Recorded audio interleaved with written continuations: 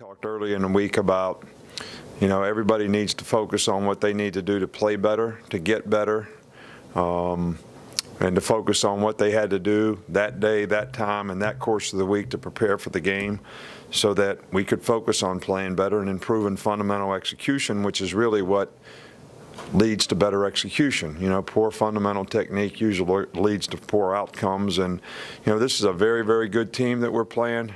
Coach Freeze has done, a great job there, not only in the schemes that they play, the kind of players, how physical they are, how hard they play. They got really good players. So this is going to be a really challenging game for us. It's one of these games that, like I mentioned before, if you're a great competitor, you love to play in. You love to have the opportunity to play in a venue like this in Bryant-Denny Stadium, ESPN game day here, TV game against a division opponent that is, one of the better teams in the country, at least ranked in the top 15, and certainly deserve every bit of that with the way they played the first 2 weeks. So, we don't really have any injury updates. There's nobody that's really injured right now. So we're just going to focus on what we need to do tomorrow to polish up what we got to do, and the mental practice that we need to have to be ready to play a better game this weekend. Coach, we'll start right here with Mark. How has Dominic Jackson come along in pass protection? Well, that's something that we certainly need to improve. We had some issues last week, and I think he's very capable. We got to do a better job confidence-wise of getting him to trust and believe in the technique that he has to use to be successful, and that's going to be important for us because, I think we've got a really good run-blocking team, so pass protection is something that I think we need to improve on. Cecil? Coach, how has Adam Griffith looked this week, and is it possible to overcoach a guy when he's in a slump? Well, the only thing that, we talk to Adam about is, what he needs to do to sort of get in his stride, rhythm, and have confidence in what he's doing. When he kicks extra points, he looks confident and does great, and I think, mentally he has to get that same confidence when he's kicking a field goal. Sometimes it's really not any more difficult, and, I think that we're trying to help him do that.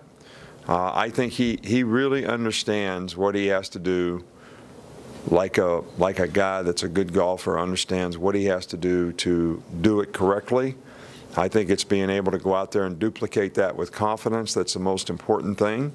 And we're not trying to change what we're doing, what he's doing, or how he's doing it, but just to get him to do it the way he can do it. But I've talked about this before. When you're a kicker, you got to have an assassin's type attitude. You go out there, you got one shot, you got to make it work. If it doesn't work, you're going to be in trouble. And that's the kind of attitude and approach you have to have mentally, and that's what we really need to get back to with him. Matt, over on the other side.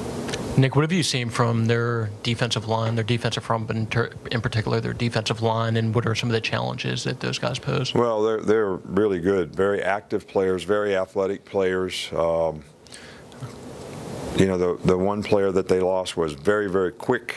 The guy that's taking his place is a little more of a power guy, but the rest of those guys up front, they are really, really quick, very, very athletic, really do a good job of penetrating and getting off blocks and being disruptive with their movements. Good pass rushers off the edge. So, they provide a lot of challenges. And, their linebackers are fast and athletic and jump over quick when these guys, declare the gaps up front. And, that's a real challenge to finish blocks. I mean, it really is, and it's going to be a challenge for our guys. If nobody else has got any more, one more here with Alex. The vertical passing game hasn't really developed too often so far. Going against an offense like Ole Miss, where they're going to probably have a couple big plays, how do you get that going, and what's been the issue have you seen on film?